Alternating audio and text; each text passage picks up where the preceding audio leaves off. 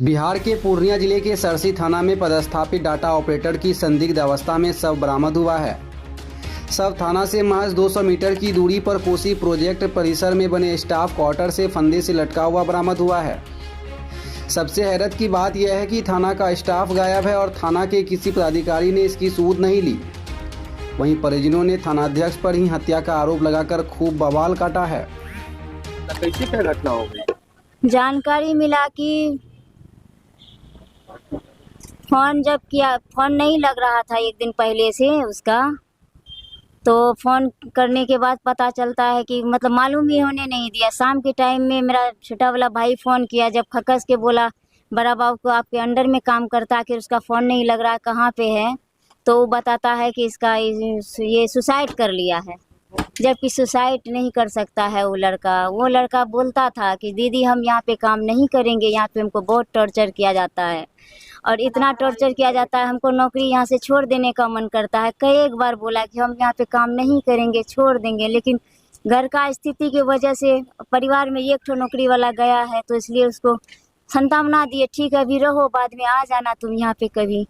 यही सोच के रहते रहा और ये देखिए क्या किया उसके साथ में।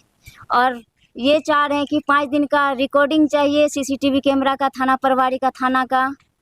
और बच्चा को पूरा से पहले मारा है, पूरे शरीर पे मार का निशान है और अभी तो शरीर फूल गया है कि समझ में नहीं आ रहा है, ये स्थिति है। कितने दिन से वहाँ जॉब कर रहे थे? ये तो 5 साल से होगा। 5 साल? हाँ, लगभग पहले भवानीपुर में था और फिर आया धमधा से, फिर सरसी गया। अभी सरसी? हाँ, अभी सरसी थाना में ही था। अच्छा। और सब सरसी थाना में जब वहाँ रहने लगा तो अब शाम के टाइम में फ़ोन लगा रहा है तो फ़ोन नहीं लग रहा है। इतना बिजी रखता था, इसको टाइम नहीं देता था। कल एक टाइम में ही माँ से बात हो पाया कि मम्मी नहाने जा रहे हैं, बहुत काम है, बहुत बिजी है। अगर जो लास्ट टाइम कब बात हुई? लास्ट टाइम परसों लगभग कितने बजे माँ से बात हुआ है, 10 मिनट ही बात हो पाया। बोला कि मम्मी बहुत काम है, बहुत प्रेशर है वहाँ से। और उसके बाद हम लोग को कल 8 बजे शाम में जानकारी मिला। जी। कोई वरीय पदाधिकारी से बात हुई? अभी तक तो बस MP साहब आए हैं, बस छोटा मोटा यही लोग हैं। और सबसे बड़ा चीज, एक चीज समझ में आ रहा है सर, एक्स MP आए हैं, प्रेजेंट नहीं आए हैं। सर आप मेरा अगर स्टाफ एक पल के लिए, जिसको हम इतना बिजी रखते हैं, एक दिन मेरा स्टाफ मेरा ऑफिस नहीं आया, हम उसका जायजा नहीं ले रहे, उसके बारे में जानकारी नहीं है हमको, ये बताइए ये कैसे हो सकता है? जो डाटा एंट्री ऑपरेटर, उसको एक पल भी नहीं छोड़ा जाता है। वहाँ 2 डाटा एंट्री ऑपरेटर है, एक लड़की है एक लड़का है। लड़की से काम नहीं करवाता था, सिर्फ ललित कुमार मेरा भाई, छोटा भाई से काम करवाता था और काफी टॉर्चर करता था, 12-1 बजे रात तक उसको काम करवाता था, नहीं छोड़ता था। तो ये साजिश नहीं है तो क्या है? बिना डाटा एंट्री करने वाला का 1 मिनट ऑफिस में मतलब कि नहीं मिलता, और उस दिन पूरा दिन उसको नहीं मिला। बोलता है कहाँ चला गया है।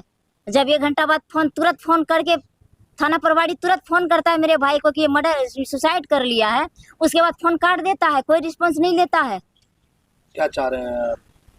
जांच कमेटी पूरी तरह से जांच करे, छानबीन करे और दोषी को सजा मिले, थाना प्रभारी को जो भी है उसको सजा दिया जाए, उसको क्या नाम है? अरेस्ट करवाइए। क्या नाम है जी? मृतक का क्या नाम है? ललित कुमार दास। कितना उम्र हो रहा है इनका? ये 26 साल। शादीशुदा? 26 साल नहीं। बाबूजी का नाम क्या है उनका? परमेश्वर लाल दास। कहाँ घर है? ग्राम भटेली, पोस्ट एकम्बा, थाना जलालगढ़। आपका क्या नाम? रेणु कुमारी, कौन है? उसकी बहन है। मौके पर पहुंचे पूर्णिया सांसद पप्पू यादव ने कहा कि पूरे बिहार में पुलिस का आतंक है, बिहार में गुंडा और महागुंडा रह गया है। एक गरीब नौकरी करने वाले बच्चों को मारा गया है। यह रावण राज नहीं, महारावण राज है। यहाँ सरकार नाम का कोई चीज नहीं है। वहीं पूर्व जदयू सांसद संतोष कुशवाहा ने पुलिस अधीक्षक और DIG से निष्पक्ष जांच की मांग की है और थानाध्यक्ष की लापरवाही बताया। पुलिस का आतंक तो है ही, पूरे बिहार की यही स्थिति है। मुजफ्फरपुर में घर डुक के कर दिया, 2 दिन पहले मारते मार दिया, उसके बाद इसको ही कर दिया। तो पूरा आप देख लीजिए ना स्थिति। तो हम तो कह रहे हैं मार दिया। पूरा पुलिस का आतंक है, सरकार का कोई मतलब नहीं है, निरंकुश है। नीतीश कुमार जी मानसिक रूप से डिरेल्ड हो चुके हैं। और लोगों से पूछिए ना, पूरा ऊपर से नीचा कॉमन आदमी। आप बताइए, इस बच्चे को जो नौकरी करता है और इस तरह से आतंक, मतलब तो आतंकवादी से पहले हम बार बार कहते हैं कि हम तो कल बेगूसराय में, परसों कहीं लखीसराय, डेली अपराधी मार रहा है, पुलिस मार रहा है। तो अपराधी पुलिस में अंतर क्या है? दोनों गुंडा हो चुका है, एक महागुंडा एक गुंडा। भैया ये महारावण राज है, महारावण। रावण राज नहीं है, जंगल राज, ये महारावण।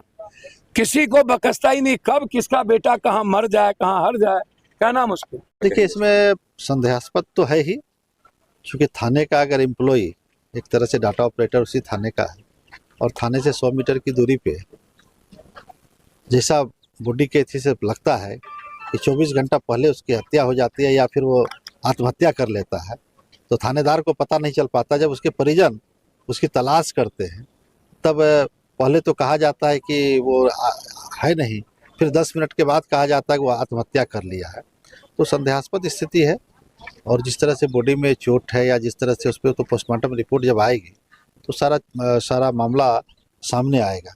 हमने पुलिस अधीक्षक से और डीआईजी साहब से आग्रह किया है कि निष्पक्ष जांच कराकर अगर इसमें कोई किसी की संलिप्तता है तो उस पर कठोर कार्रवाई हो और इसके जो परिजन है उसको न्याय मिले। और अन्य परिजन बता रहे हैं कि बहुत ही गंभीर मामला है कि एक तरह से प्रताड़ित करके प्रताड़ना का मामला भी है।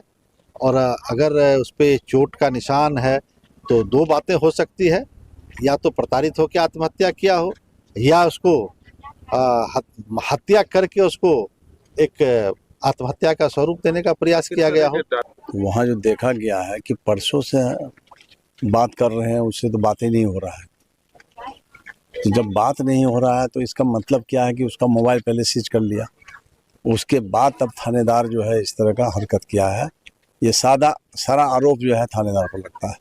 उसकी बड़ी जिम्मेदारी बनती है कि वहाँ के जितने भी स्टाफ है उसको देखना उनका काम है। और वो कल तब फिर बता रहा है कि नहीं वो गायब है, तो वो ये है, वो फांसी ले लिया।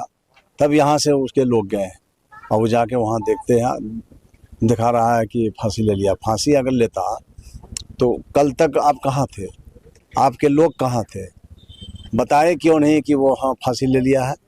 फांसी लेने के बाद तो तुरंत आनंद फानन लोग देख लेता है कि भाई फांसी ले लिया, फला लड़का फांसी ले लिया।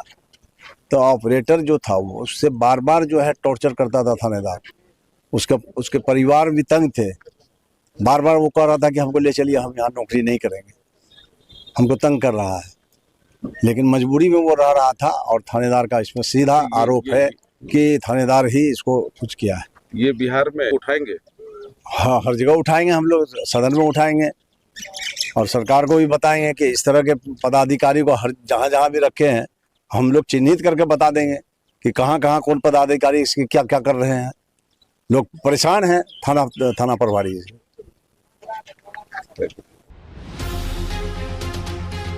वहीं घटना की सूचना पर बनमनखी एसडीपीओ सुबोध कुमार, एसडीओ प्रमोद कुमार और बनमनखी थानाध्यक्ष संजय कुमार मौके पर पहुंचकर शव और कमरे की जांच पड़ताल की। मौके पर एफएसएल टीम और डॉग स्क्वाड टीम को भी बुलाकर जांच की जा रही है। वहीं सबको पोस्टमार्टम के लिए पूर्णिया मेडिकल कॉलेज भेज दिया है। वहीं इस वारदात के बाद पूर्णिया की राजनीति गर्मा गई है। परिजन व राजनीतिक दलों के लोग सरसी थानाध्यक्ष मनीष चंद्र पर कार्रवाई की मांग को लेकर धरना पर बैठ गए हैं। परिजन की मांग है कि जब तक थानाध्यक्ष पर कोई कार्रवाई नहीं होती है तब तक पोस्टमार्टम करने नहीं देंगे। वहीं पुलिस अधीक्षक कार्तिकेय शर्मा ने सरसी थानाध्यक्ष मनीष चंद्र को लाइन हाजिर कर दिया है। फिलहाल शव के पोस्टमार्टम के लिए एक कमेटी बनाई गई है। मजिस्ट्रेट की निगरानी में शव का पोस्टमार्टम और वीडियोग्राफी कराई जा रही है। सीसीटीएनएस ऑपरेटर जो सरसी थाना में कार्यरत है उनका नाम ललित कुमार है। सूचना मिली थी कल रात लगभग 8 बजे कि उनके द्वारा जो है जिस कमरे में रहते थे, जो कि थाना से लगभग 300 मीटर की दूरी पे है, उसमें उनका रस्सी से लटका हुआ शव है। एफएसएल जांच कराया गया है, डॉग स्क्वाड की भी टीम आई थी। एसडीएम के मौजूदगी में सारा इंक्वेस्ट हुआ है और हम लोग जो है परिजन से बात किए हैं, उनको जिस तरह का भी जांच की ज़रूरत होगी जांच किया जाएगा। प्रथम दृष्टया मामला अभी तक जो आया है उसमें हैंगिंग का लग रहा है। वीडियो में देखा जा रहा है सर कि मारपीट किया गया। उस संबंध में जो है अगर चोट की निशान आपको दिखाई दे रही है, इंक्वेस्ट में जो चीज़ें आई हैं वो लिखा गया है, एक एक चीज़ को दर्शाया गया है और डॉक्टर का मंतव्य जैसा आएगा उस हिसाब से कार्रवाई होगी। जला हुआ तो वो बॉडी एक्चुअली डिकम्पोज फेज में चला गया था, तो फफोला हो जाता है, गर्मी है उसका वो है कि फफोला से जो फिर फटा है उसका वो दाग दिख रहा है। बाकी डॉक्टर हैं, डॉक्टर के द्वारा मेडिकल बोर्ड के द्वारा अभी पोस्टमार्टम किया गया है, उनका जो ओपिनियन होगा उस हिसाब से कार्रवाई की जाएगी। हाँ, ये अभी आदेश निकला है, उनको लाइन हाजिर किया गया है। जी।